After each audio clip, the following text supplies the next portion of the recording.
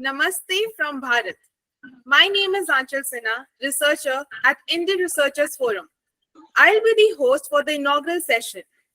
Indic Researchers Forum is a think tank that promotes quality research on geopolitics and security studies through a civilizational perspective.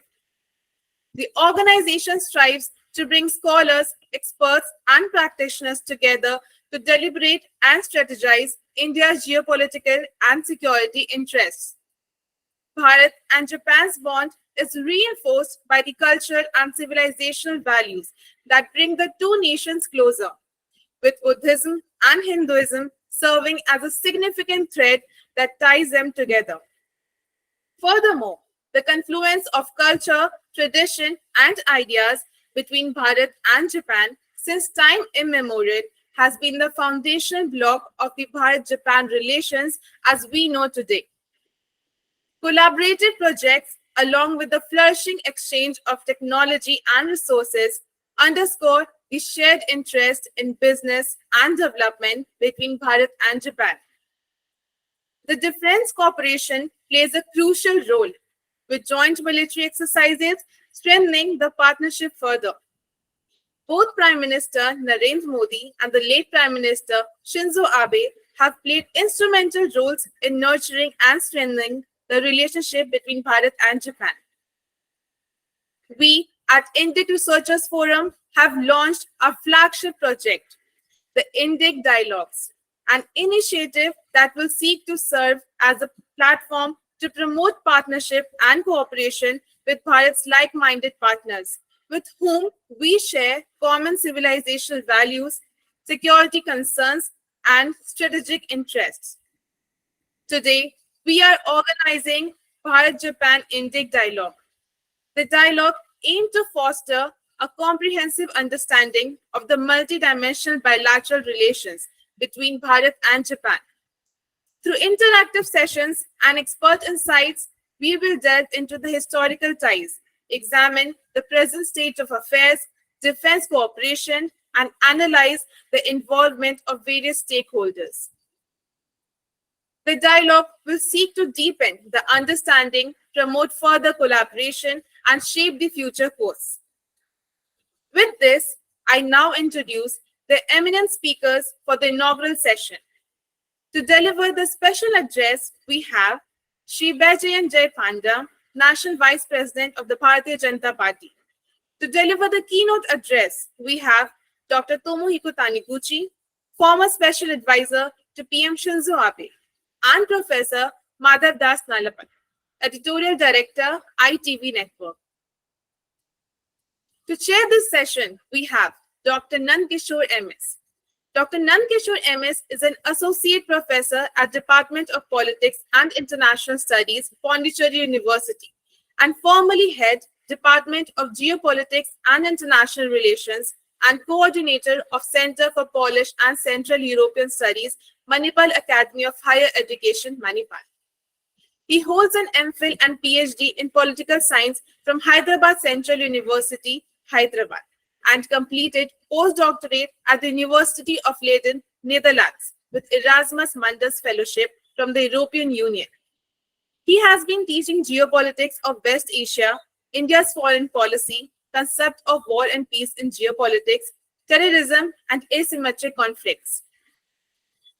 His recent book, Reimagining India in the Geopolitics of the 21st Century, has been critically acclaimed for its theme and content.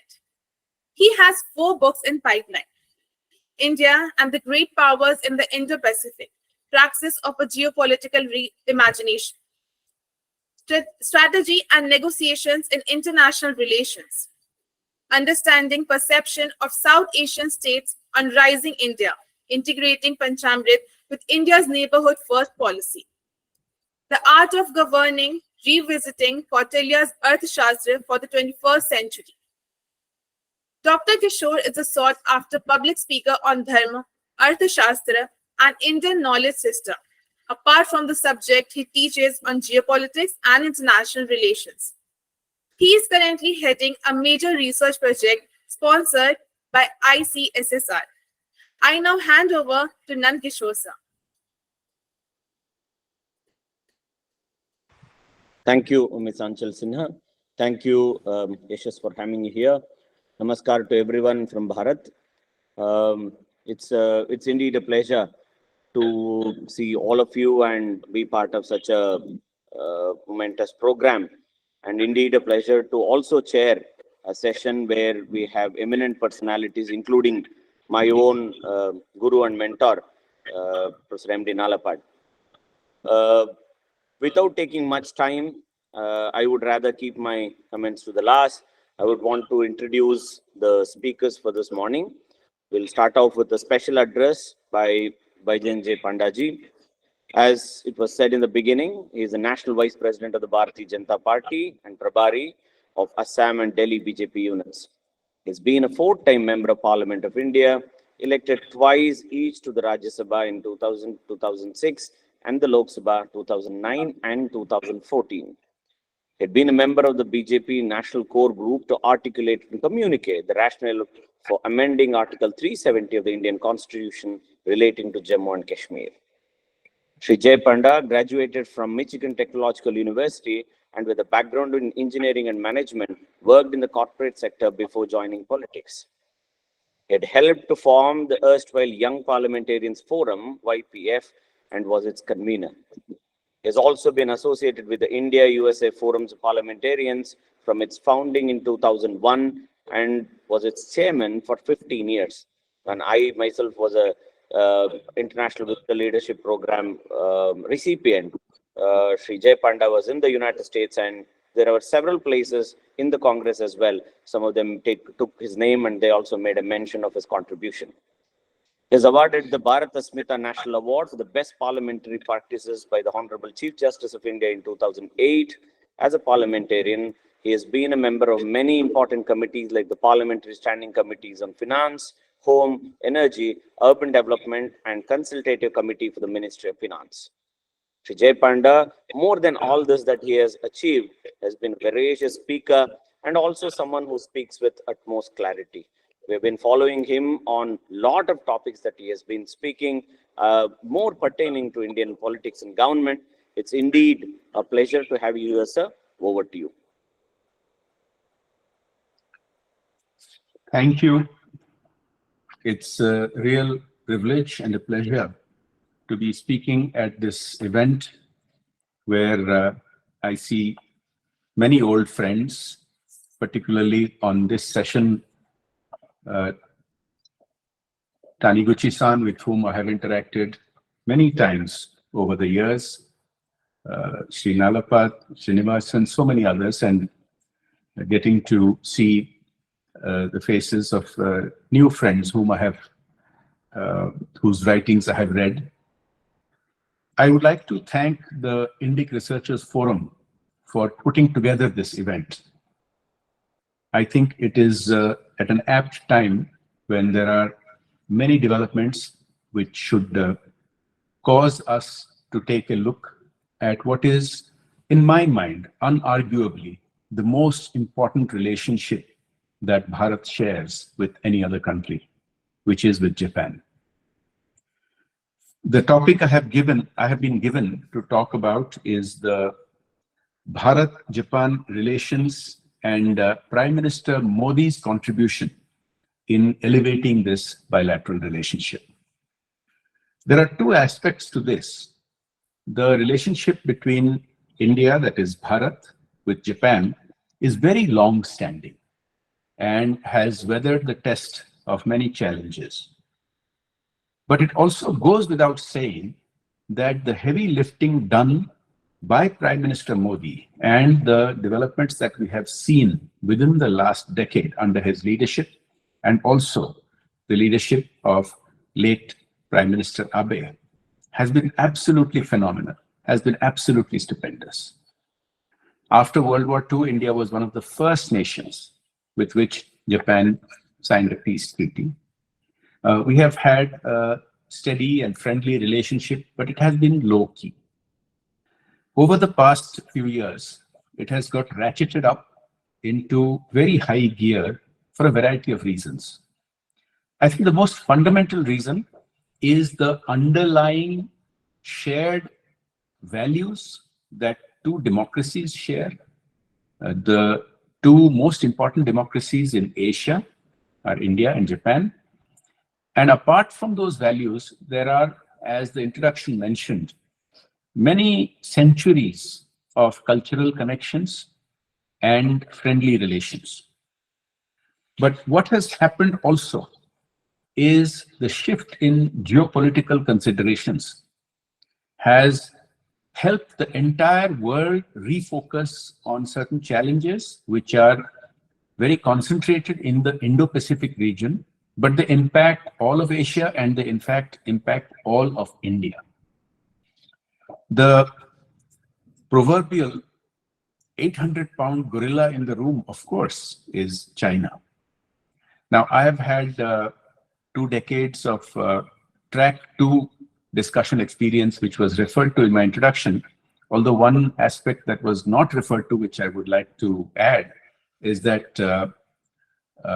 my track 2 experience has also been very heavily connected with Japan. I've had the privilege and the pleasure of leading many all-party delegations to Japan and hosting many Japanese delegations in India, have had the pleasure of making many friends across the political spectrum in Japan, and interacted with those who have helped shape this relationship, such as Taniguchi-san and many others.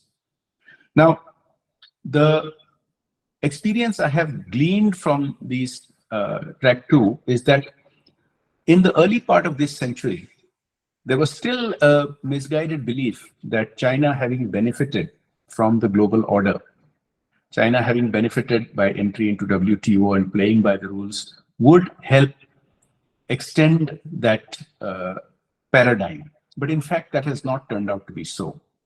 For in my experience, for more than a dozen years now, increasingly more and more countries are coming out and specifying and explicitly talking about their concerns, because China has been going beyond all norms of global coexistence and geopolitics. They have been stepping on the toes of every neighbor and even far-off countries. India, of course, has faced severe hostile aggression from China, but Japan has also faced threats. So has Vietnam, the Philippines, Indonesia. You can go on and on. And the kind of environment this has created is a great deal of uncertainty and challenge to the global economy. And in this construct, the India-Japan relationship specifically, and the revived Quad, 4 major democracies with great interests in Asia, the US, India, Japan, and Australia, are very key to dealing with these challenges. And this has coincided exactly during Prime Minister Modi's tenure in India, and to a large part, the late Prime Minister Shinzo Abe. So if you look at the very significant steps that have been taken,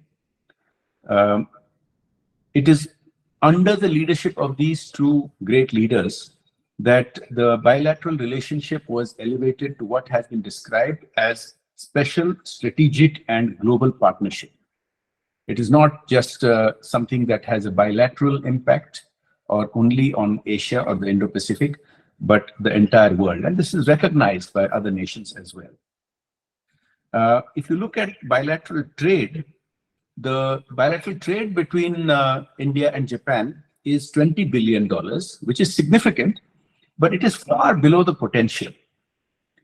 And it needs to be boosted significantly. If you compare this, for instance, Japan's bilateral trade with China, now almost a quarter of Japan's imports are from China, and nearly that amount are its exports to China. Well, whereas the imports from India to Japan are under 1% of the Japanese imports and under 2% for Japanese exports. So this is, you can see this as an an underperforming area, but I see this as a huge opportunity because, as I had mentioned, for many decades, although we had friendly relationships, it was very low key.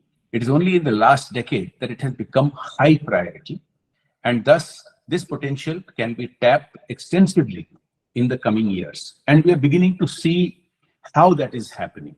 So, for example, Japan has emerged as one of the largest investors in India with an FDI of the last 1 year amounting to about $17 billion. Now, again, this is something that can grow a lot, but $17 billion compared to what India used to attract only just a few years ago is a very significant number. And in any case, the total FDI into India has jumped dramatically. Also during this period, during the Modi government shaping India's destiny, India has jumped dramatically on the economic front, having become the 5th largest economy in the world and the fastest growing. And the Prime Minister has thrown down the gauntlet by saying that in his 3rd term, India will become the 3rd largest economy. India is also the largest recipient of Japanese ODA, developmental assistance.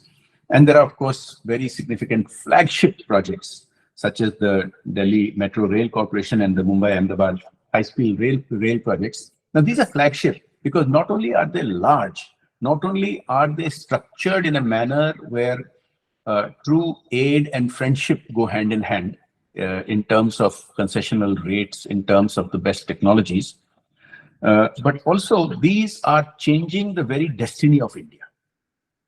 India is transforming, and one of its greatest aspects is the huge surge in infrastructure, and the projects that we do in Bharat with Japanese cooperation and help are truly cutting edge and flagship. Now, similarly, the northeast of India is very key to Japan's focus on the Indo-Pacific and its focus on the Bay of Bengal and Northeast India industrial value chain to promote growth in this region. The strategic aspect goes far beyond the Quad. For example, Japan was only the 2nd country with whom India has set up a 2+2 ministerial dialogue after the US. The Quad, of course, is critical, but as I keep emphasizing, both the bilateral and multilateral relationships between Bharat and Japan are crucial for the global order, not just for the Indo-Pacific and Asia. One key area that needs to be referred to is China's thrust on the Belt and Road Initiative. Now, we have seen in India strategic concerns about being encircled by the so-called string of pearls. Now, although that has been scoffed at by China over the years, the reality is we are seeing it right on our doorstep. What has happened to Hambantota port in Sri Lanka, what is happening with Gwadar port in Pakistan, what is happening with Chinese interests in our surrounding areas in Myanmar, and if you go across the Indian Ocean, on the African coast.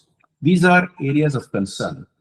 And it is a matter of significance that Japan and India have both not participated in the BRI. We, of course, have many concerns with it. One of it is that area which belongs to India, which is Pakistan-occupied Kashmir, is being forcibly put into the BRI corridor, which again violates global norms of sovereignty. So as an alternate to that, Japan and India have been working on various infrastructure projects which go beyond India, beyond the immediate internal requirements of India. So the Asia-Africa Growth Corridor is something that has been worked on as an alternative to BRI. And separately, India is also developing other infrastructure corridors, not with Japan, I'm talking about to other parts of the world, such as the IMEC, which has recently been announced during the G20, which will connect India through the Middle East to Europe, which is a very, very significant development that is going to take place. Now, I have personally been watching from the sidelines and participating in track 2, participating in helping shape the policies from the BJP's perspective and with our government. And I can say without the slightest hesitation that this level of shifting of gears would not have been possible without the personal commitment and leadership provided by Prime Minister Modi and the late Prime Minister Abe, who developed a very close, strong personal bond that went beyond the requirements of the leaders of two key nations coming together on geopolitics. Japan was the first bilateral visit that Prime Minister Modi made outside of the immediate South Asia region when he took office back in 2014. Both the leaders had very personal connects in visiting each other's own areas and homes. Although it is extremely sad that we have lost such a statesman as Prime Minister Abe. I had the privilege of meeting him several times during the track 2 delegations. And it's a huge loss to both the India-Japan relationship and to the global order, shaping of the global order. But the good thing is, the strength of that bond is continuing. Prime Minister Modi continues as he repeatedly gets recognized as the most popular elected leader in the world. Recently, the Pew Global Survey, just a couple of weeks ago, ranked him at 80% approval rating, which is astronomical. India is succeeding beyond imagination. Just a few years ago, when we got hit with the COVID pandemic, the world expected that India would collapse. It didn't have the wherewithal to deal with such a challenge, which came after 100 years. Not only did India manage, one of the best tackling of COVID, one of the least levels of mortality and disruption. If you look at how India came up to tackling this, it ran the largest vaccination campaign in the history of humankind in the shortest time, and helped well over 100 countries, about 200 countries with vaccines. And thereafter, with financial aid, most economies have suffered very badly after the pandemic. India has also been impacted, but India has handled it far better than most countries, and we have been of immediate help to countries facing collapse, such as in our immediate neighborhood. So this is a new India, and this new India is underpinned by a confidence of an India that can do. It is now recognized that India has a key role to play in tackling not only its own developmental issues, but tackling global challenges that all nations face. And in this, as I have said before, our relationship with Japan is absolutely second to none. Although friends do sometimes have differences of opinion and there are challenges. So, for example, the war in Ukraine has caused us to take a nuanced stand, which is not exactly in line between the two countries. But that has not affected the friendship in the least, because close friends understand that it is not necessary that you have to agree on each and every issue 100%. As long as the underlying values, the underlying objectives, the underlying relationships between the key actors are close and strong, then every challenge can be tackled. And so, as I come to the conclusion of my comments, if we look forward, where do we stand?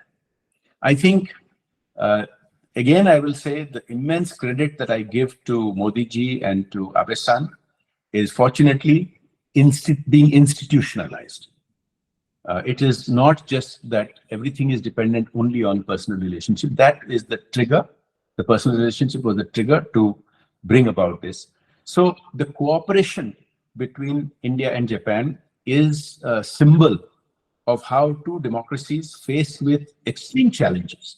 Now, Japan faces the kind of threat from hostile activities of China. that are of concern. And we have, as I said, we have faced that kind of hostility on our doorsteps with bloodshed and with loss of lives. So this is not just something theoretical. This is something that we deal with on a regular basis. Japan is also evolving. The Japan of 2023 is different from the Japan of just at the turn of the century. It recognizes that this is a world order which is shifting away. It is not bipolar, it is not unipolar, it is multipolar. And the certainties that existed after World War II till only a few years ago are no longer certain. And so in terms of defense cooperation, in terms of high technology cooperation, such as Japan's cooperation with India on semiconductor, on building a semiconductor industry in India is very, very critical.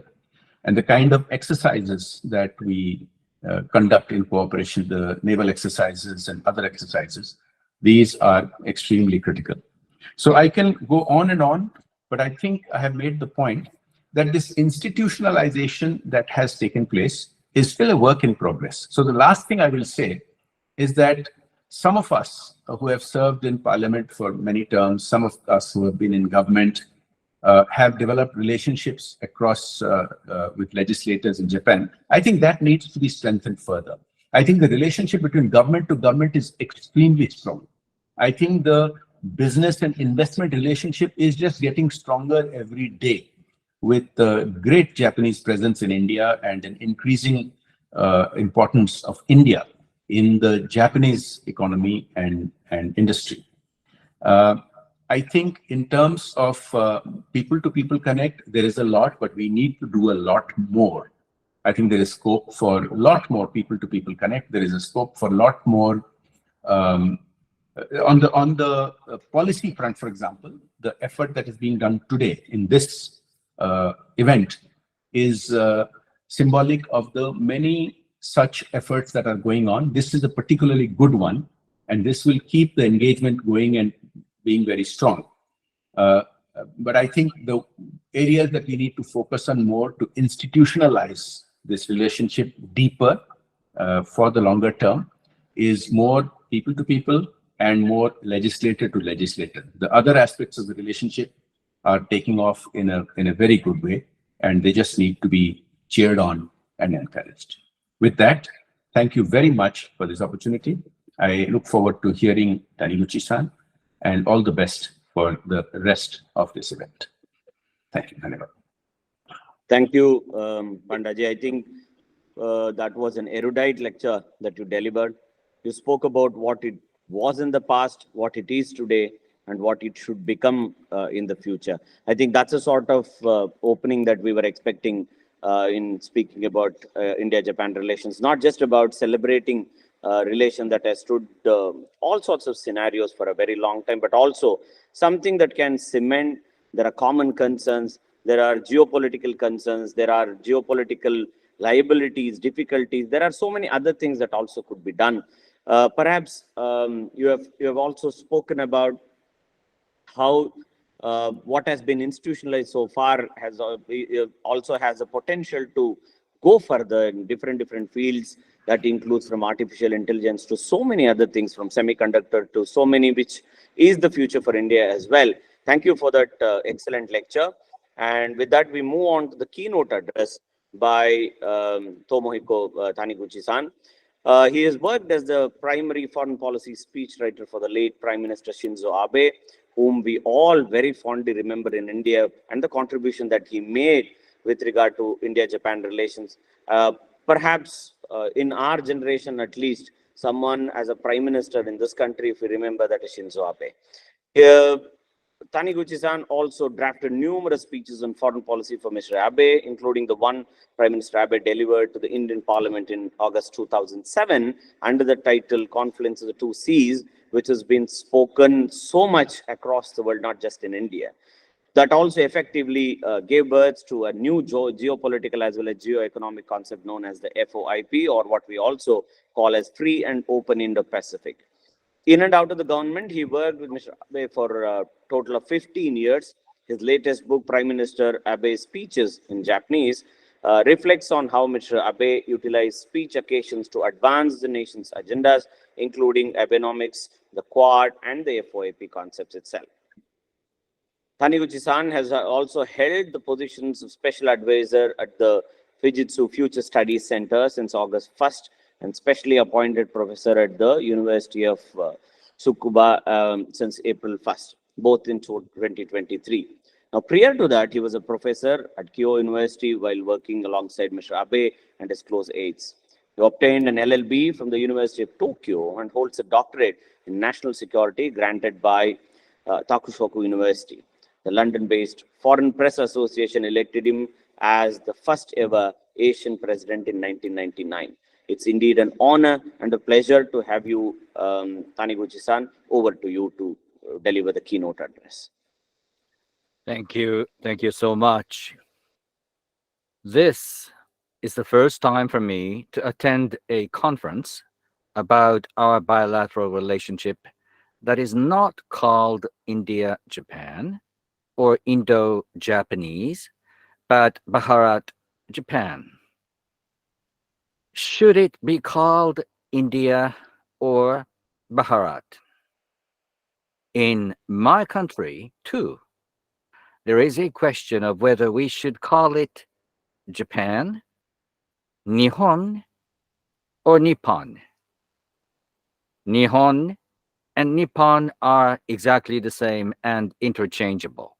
Anyway, you now see that we've got the same question here in Japan.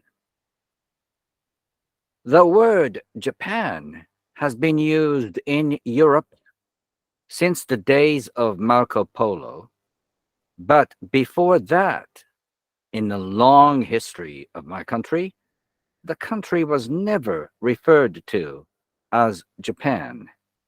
Above all, the name Japan has existed only in foreign languages, not within our country. To the people inside what you think of as Japan, the country is Nihon or Nippon. The language spoken there is not Japanese, it's Nihongo. I'm not Japanese, I am a Nihonjin. If we use Bharat as the name of such conferences as this one more in the future, how about using Bharat-Nippon instead of Bharat-Japan? Who is called what? Reflect between the caller and the called, like how a father calls his son or a student addresses a professor. These names represent power dynamics. Both India and Japan are designations used by Europeans unrelated to Sanskrit or Nihongo. We have come to use these names ourselves, identifying with names created by Europe. This is where the power relations of domination and subjugation that modernity has brought about are expressed. Japanese people have been told by the British that they are a Far East country. If power relations were reversed, the UK would have been referred to as the Far West and the British as people from the Far West. It's not surprising that you, who are more sensitive than anyone else to the power relations implied by names, want to use the name Bharat more frequently from now on, especially since your constitution originally recognized it as the official name of the country. Now, it just occurs to me, Shinzo Abe may not have heard India referred to as Bharat very often, come to think of that. I suspect he never had such an opportunity. it is regrettable. In the next 30 years, until the mid 21st century, we will witness the evolution of two different forms of nationalism in two great countries. Chinese nationalism will become even more assertive toward the outside world. It doesn't care if the country isn't loved as long as it is feared. However, this is a fragile form of nationalism because it's a nationalism that will never be content in itself until it makes Taiwan its own, regardless of how long it takes. It's a nationalism programmed to disrupt the existing world order, destined to make the Chinese people impatient and irritable. That's Chinese nationalism. Your nationalism, which will lead you to use the name Bharat more frequently from now on, is quite different. The most significant difference is that Indian nationalism isn't all about reclaiming lost ground, but rather about seeing the sky as the only limit. You have many young children, which is a stark contrast to China, where the country is aging rapidly. From the moment a baby is born, young men and women with children start thinking about the future, which extends about 30 years beyond the biological limits of their own lives. They do this because they begin to envision the future for their children. For example, if you are currently 30 years old, you can probably think 40 to 50 years into the future as your own time. But if you have a baby now, you will feel responsible for them for the next 80 or even 100 years. One definition that should be given to India is that it is a country that tries to think further into the future than anyone else, on a larger scale than anyone else. Shinzo Abe may not have heard the word Bharat very often. However, he had a steadfast belief in the future of India. It is in Japan's national interest to have firm ties with an India that is growing, that sees a bright future, and that has many children on the way. His was a conviction that it is in the best interests of Japan. On the one hand, there is China, which is selfish, increasingly aggressive, and eager to annex Taiwan. And on the other hand, there is India, which looks self-assuredly to the future and relies on the potential of its young people. To hedge against the nationalism of the former, it was the late Prime Minister Abe who hoped much for the nationalism of the latter. Why did Prime Minister Abe focus on India? It was because India embodies the future. It was because he believed that it was in Japan's national interest to be linked with India to hedge against the dangers of China. For Japan, a strong relationship with India is, after all, investing in India's future.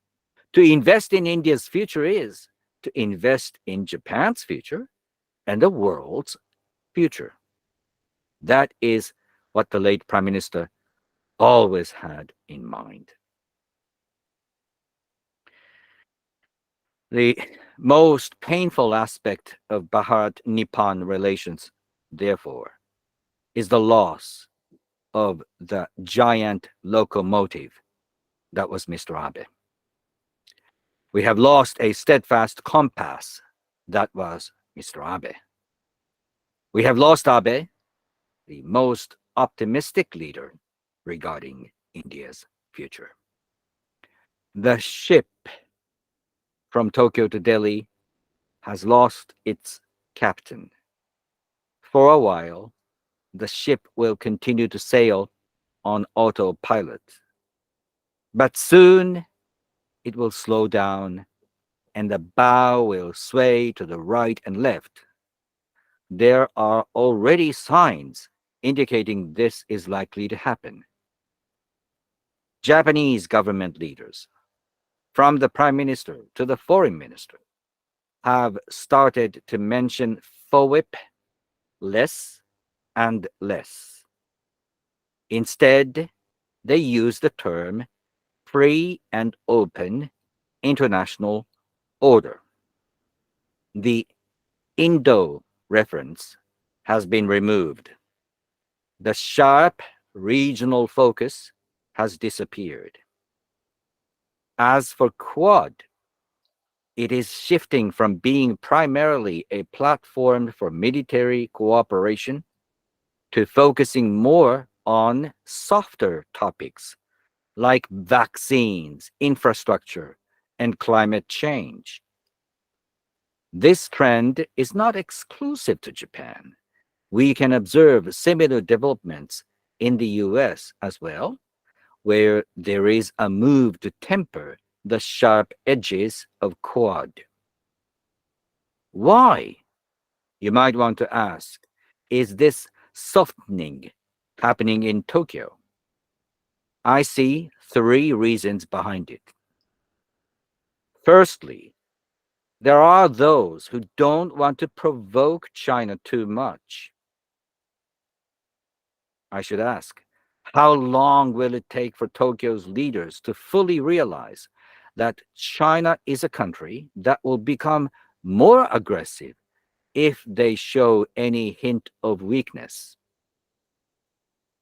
Secondly, Japan, post-Abe, instinctively dislikes taking sides too decisively between friend and foe.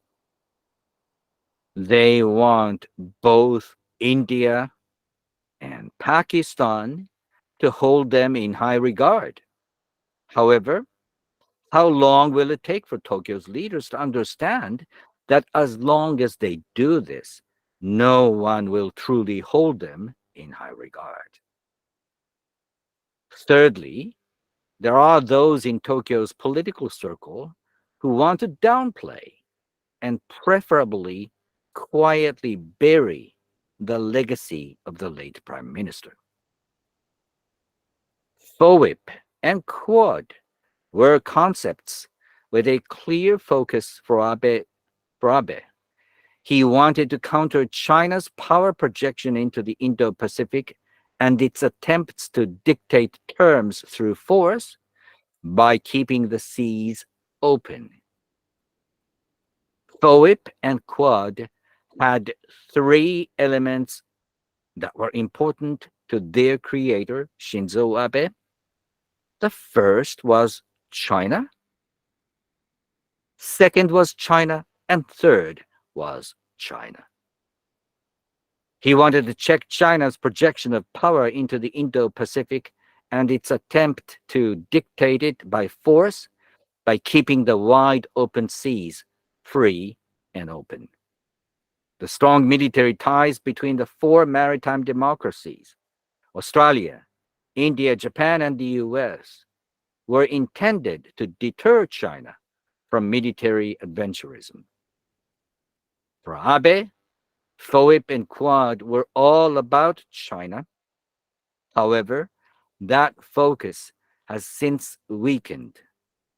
It's as if a focused picture has become blurry, lacking a clear point of focus. Here are my recommendations. military planners in both Delhi and Tokyo must develop the habit of seeing each other as their most important partner from this point forward. When military leadership aligns more closely, the picture will once again become clear and focused.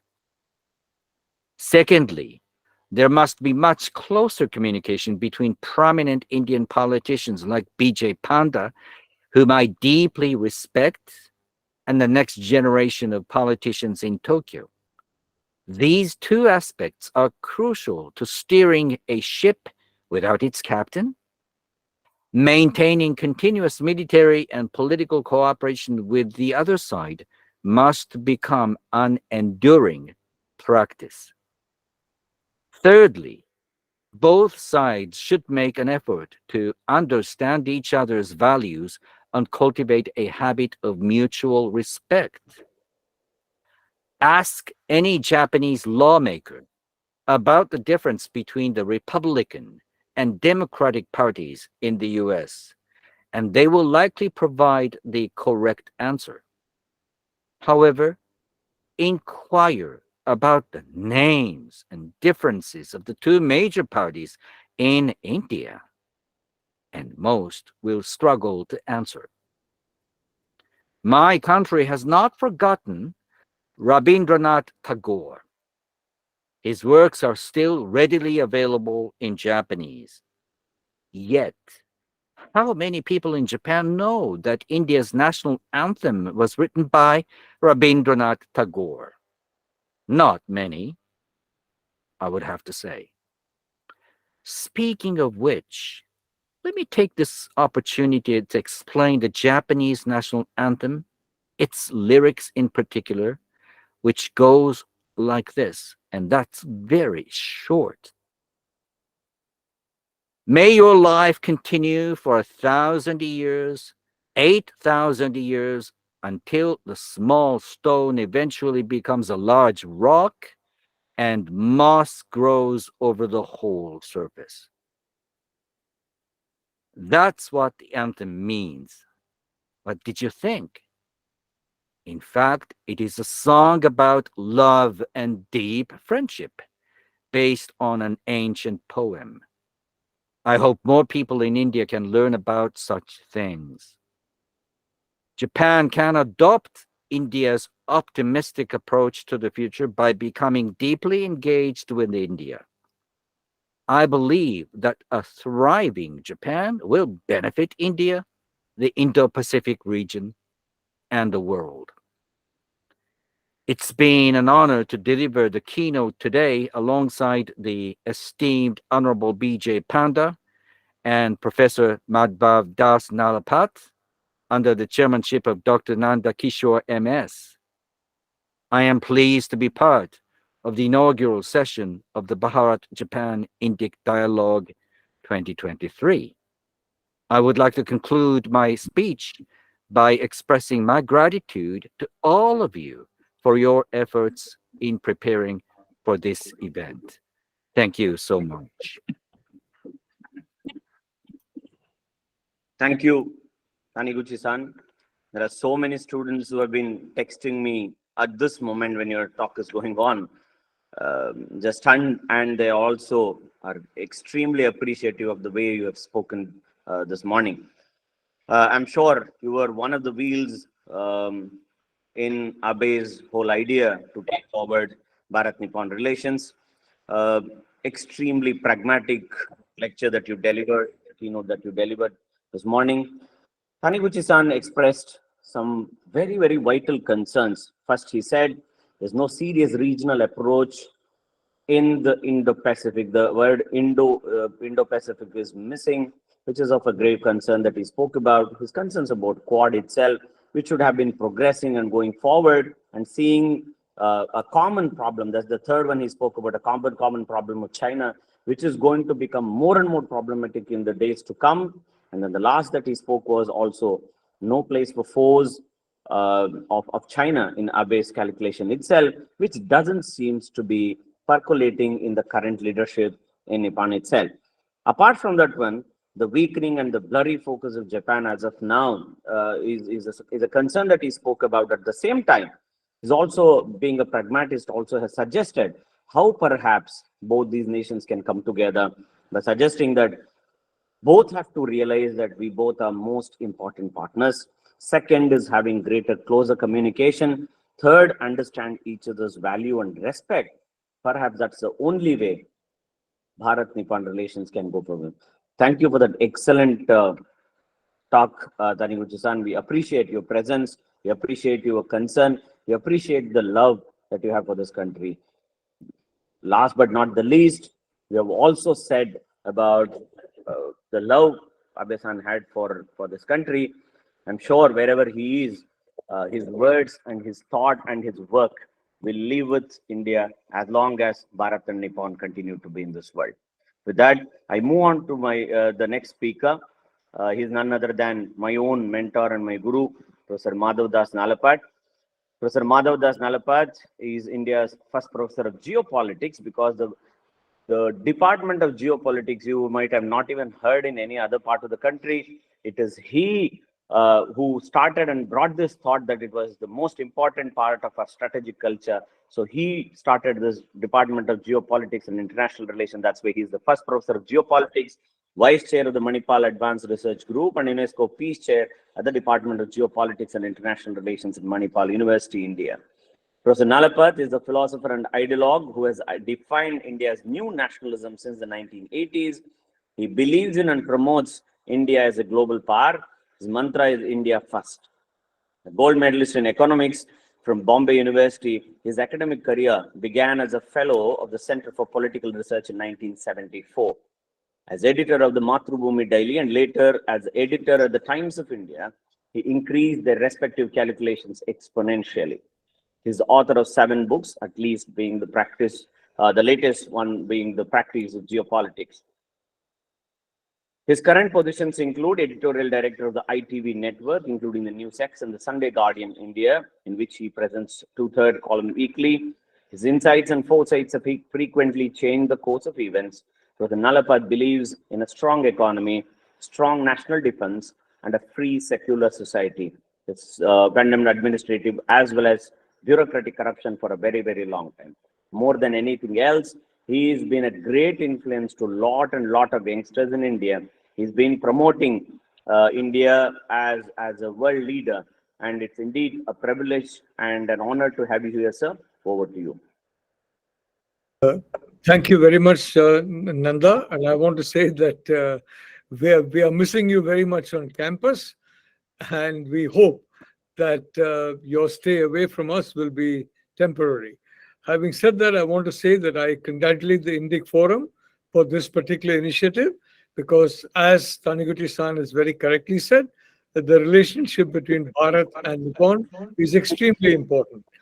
India, in a sense, it led the way where Western colonialism was concerned.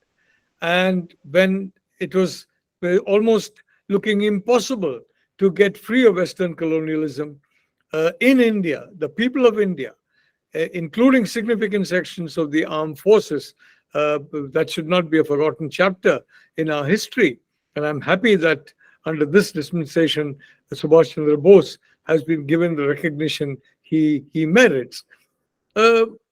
Basically, the entire, if I may say so, the entire strength of Western colonialism was affected by India becoming free. And from that time onwards, there's been a change in geopolitics.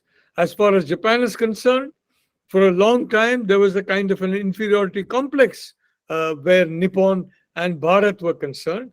I apologize to Taniguchi-san for having used the term India and Japan.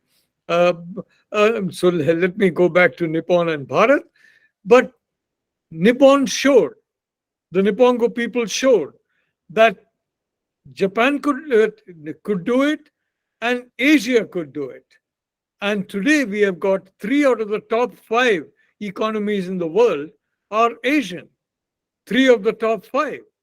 Japan, China, India. They're all 3 Asian. And possibly you will have 4 of the top 5 becoming Asian in the future. The rise of Indonesia is now, going to be, I think, a significant aspect of the future.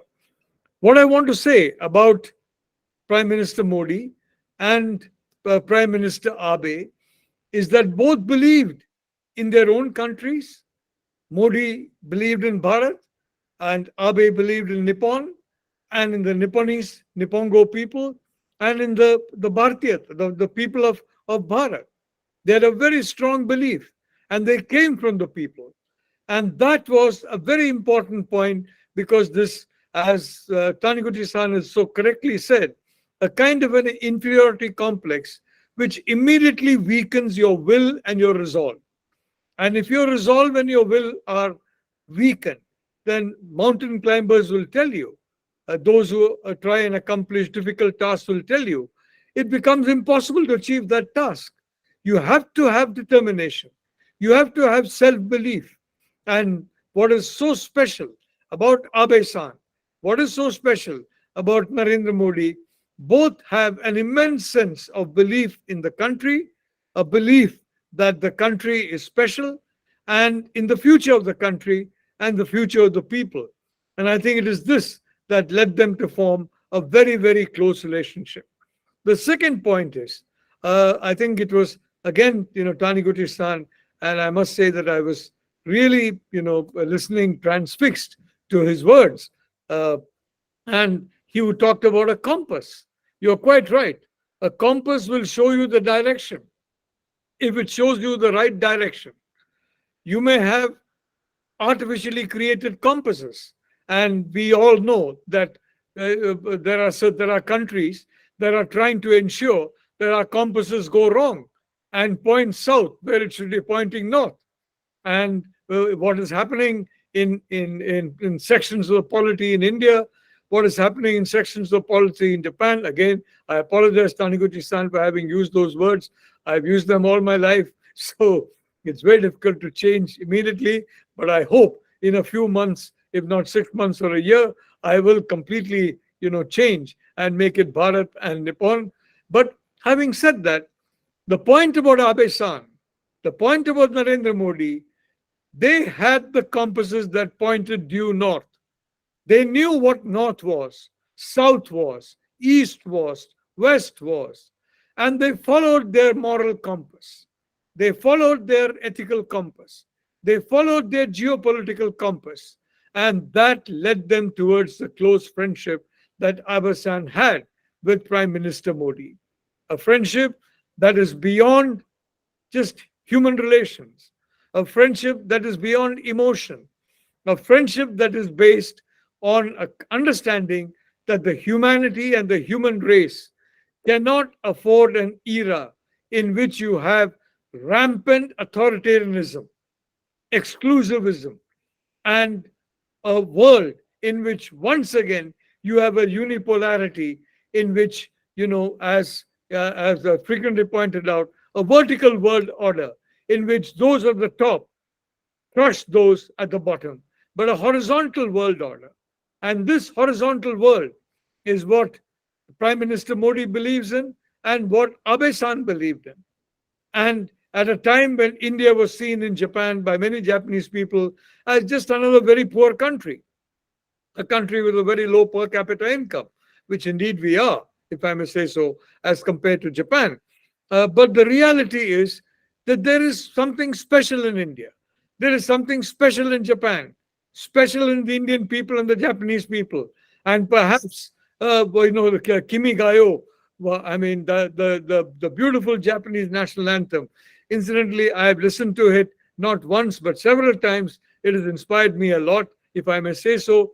And 8,000 years, we have that shared heritage as brothers and sisters in a civilizational context, that civilizational connect of 8,000 years, and therefore I'm not as pessimistic, if I may say so, as some of my friends have been about our futures, the future of Nippon and the future of Bharat. Well, my goodness, I got it right. Amazing.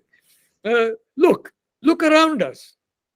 One thing I can tell you you know, I mean, one thing I can tell you, to my learned Japanese friend, you can bet that China will ensure that the danger is realized.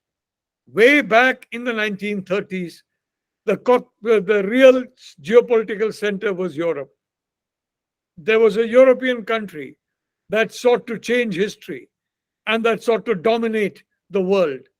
And there were people in all the other countries that basically were very indulgent towards this country. Throughout the 1930s, they tolerated this country. They could have stopped it earlier. They did not stop it earlier. As a consequence, a large number of lives were lost.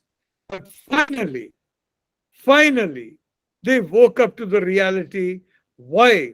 Because the true nature of that spirit of domination, the spirit of exclusivism, the spirit if I may say so, of superiority that drove that particular leadership, and therefore with that leadership, the people of that country forward, was against the ethos of humanity.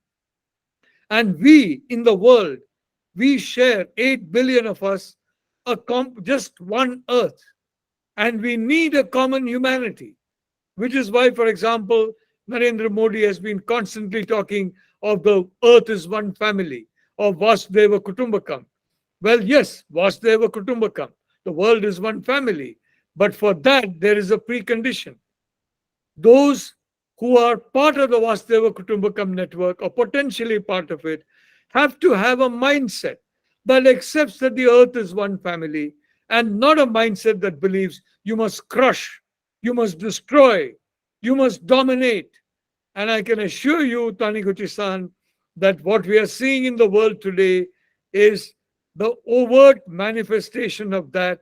And I can assure you, in my country, there are individuals who still dream about, frankly, ignoring reality. In your country, the same thing is happening, but reality, like the 800-pound gorilla that one of our most distinguished parliamentarians and one of our, if I may say so, most eminent politicians. I generally don't like politicians as a group, but I've always had the highest regard and respect for Bajayant, because of his human qualities, the spirit of humanity, the spirit of service that he embodies. But I'd like to say that, believe me, the people of Nippon, the people of Bharat, they are understanding the menace that is facing them. And today, I can assure you, they are appreciating the logic of Abe-san and Modi coming together and getting the Quad organized. I do not believe the Quad is going to fade away. You may have individuals, and I have, if you read my writings, you will find that I have frequently written some very good things, but some negative things also. For example, about Blinken and Sullivan, that Blinken and Sullivan believe they are Europeans who have somehow landed on the wrong side of the Atlantic. There are many people in the United States who believe they are Europeans and have landed on the wrong side of the Atlantic, forgetting that this is an era in which the Indo-Pacific is the new geopolitical center of gravity. You can say Asia-Pacific. Canadians, for example, even today, under the current government in Canada, they prefer to use the term Asia-Pacific. You have some people in Japan who are talking various other things. But the reality is, it is the Indo-Pacific that is basically the geopolitical center of gravity, and people are going to gravitate to that. The gravitational pull of reality, I can tell you, will bring all of us together in a way that is designed to protect humanity. I hope and I pray that this alliance that is forming will avoid what we saw in Europe during the 1930s and the 1940s, an inevitable global conflict. Because if this does not happen, an inevitable global conflict is going to happen. Why I say that I am optimistic? Look at the Philippines. Look at Ferdinand. Look at Bongbong Marcos. Look at the way he is finally challenging China, much more powerful countries, have refused to do so. As a consequence, the South China Sea has become a PLA controlled lake. Look at the way ASEAN is now standing up to China. Malaysia, there was a lot of talk that some of the politicians who were elected were basically, funded by China, friendly to China. They have stood up. Malaysia has stood up. Indonesia has stood up. Vietnam has stood up. The Philippines is standing up tall. And believe me, this is happening because India, Japan, the United States, three countries in particular are coming closer together. India, that is Bharat, Nippon, and the United States, are inevitably coming together.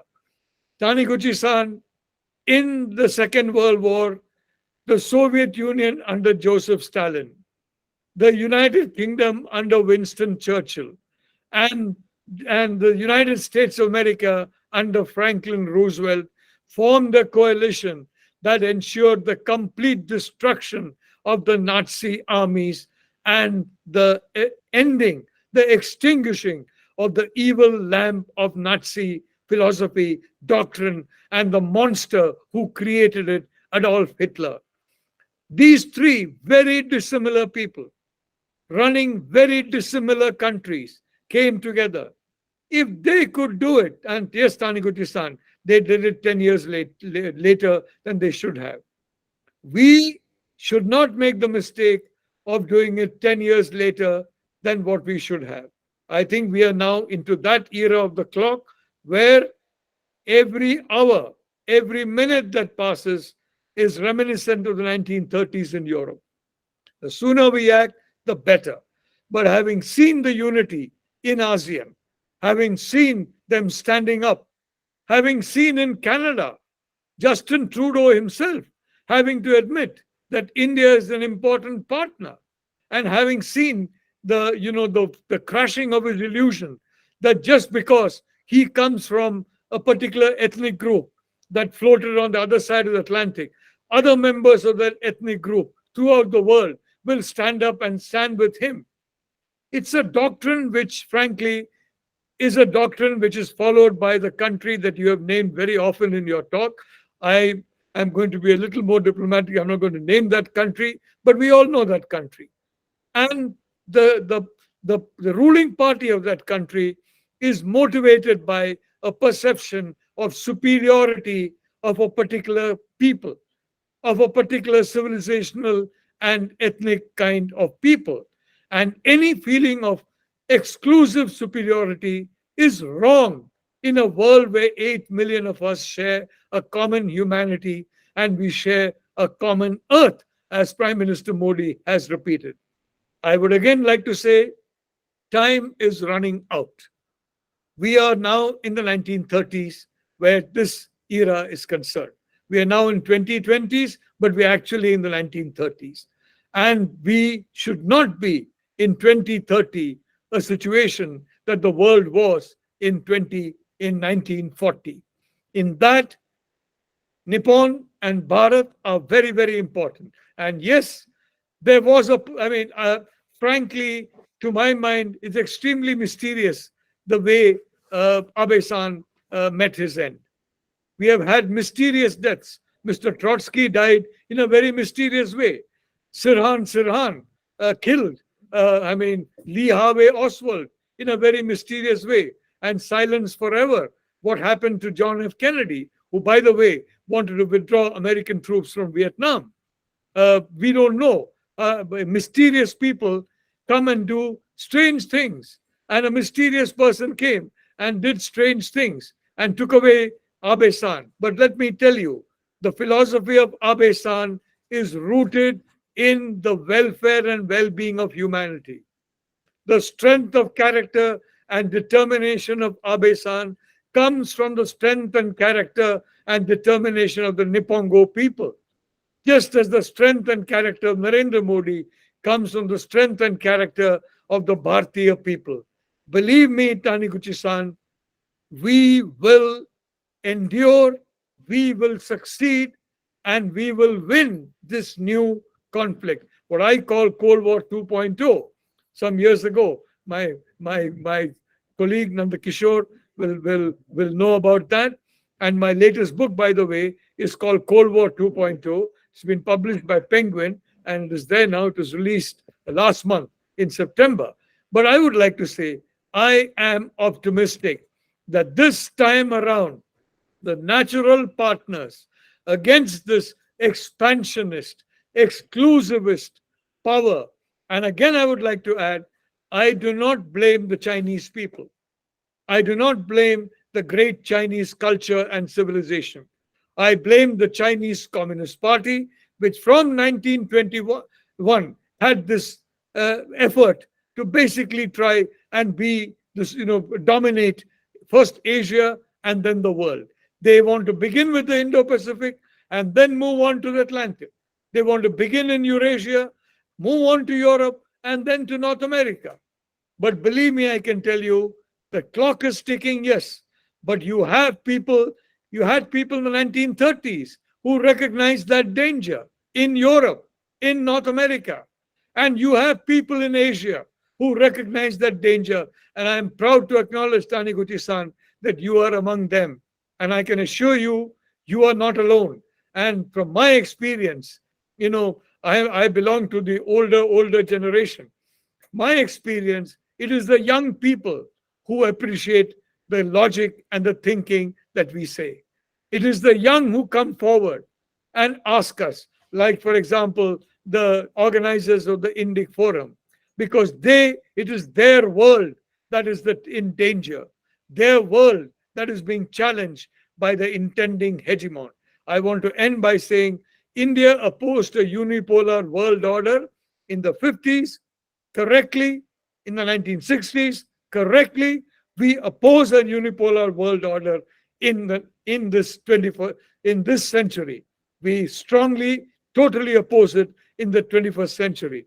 And may I say, the example of Abe-san, and may I say, the leadership of individuals such as Narendra Modi in India and the other leaders, Biden, for example, he has done a lot actually to confront China, although there was a fear that he would not. Even the current leadership of Japan, Mr. Kishida, there was a fear, including in my own circles, that he was too pro-China. But I can assure you, the Nippongo spirit, the spirit of humanism, what the Germans call the Zeitgeist, the spirit of the times, will ensure that they follow North as North, and they will not allow any malign actor to play anymore with their compasses. Having said this, I again want to express my thanks to the foundation. I want to thank the most distinguished participants who are listening here. And above all, I would like to thank our chairperson, Nanda. I mean, as I said, I was not very happy when he decided to go to Pondicherry, but the good news is at least we are still keeping in contact. Jai Hind, Jai Nippon, Jai Bharat. Thank you, sir. Thanks for that excellent lecture. It's just a reminder to all the readers here. Generally, the positivity that Professor Nalapad shares never goes in vain, neither it goes wrong. Perhaps among all the scholars in India on India-US relations, none of them could ever predict someone like Donald Trump coming as the president. And he was the one who did that one and did it so precisely with argument. It was not like an astrologer that he said that Donald Trump will come, but he gave rationale that why there are high chances of he coming and he will be coming.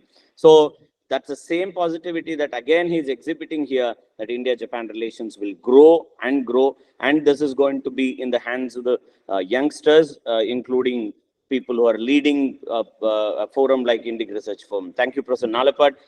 As usual, as I said, your positivity and optimistic nature is impressive. And also the hope that you bring in with regard to Bharat-Nippon relations, I'm sure will go a long way in this one. But he also expressed some of the concerns and said that perhaps there is a necessity for certain changes to come. The mindset cannot be of 1930s in 2023. It needs renovation, it needs innovation, it needs to buckle up to the requirements of the present century. Professor Nalapat also invoked the character and love of Bharat-Nippon, which he thinks is the only way that both the countries can grow together and then combat an exclusionist as well as a dominating behavior of China in the Indo-Pacific itself. And it is for these parts to come together and decide to stop that one, where he said that his whatever he's been speaking or criticizing is not the Chinese people, but rather that small exclusive group, which is called the Chinese Communist Party.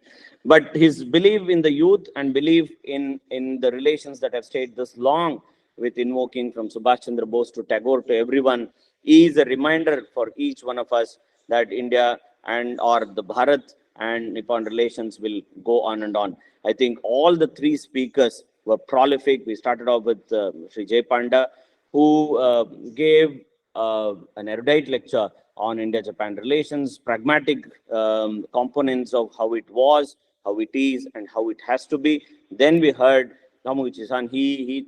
I think he mesmerized all the audience with the clarity in which he spoke about. And as usual, Professor Nalapat blew us away with his thoughts and the optimism that he brought in. With this, we come to the conclusion of the inaugural session of Bharat-Nippon Relations Conference. I thank each one of you for having spared your time. I thank Indic Research Forum, specifically Mr. Yashas, for having me here to chair this an extraordinary session. Thanks to each one of you. Good day.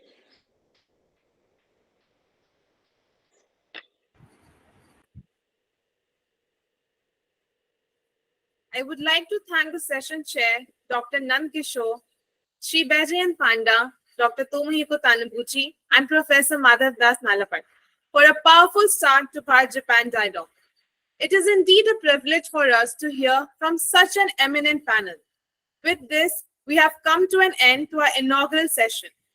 I now pass the floor to my colleague, Ms. Anshul Gautam, for the next session.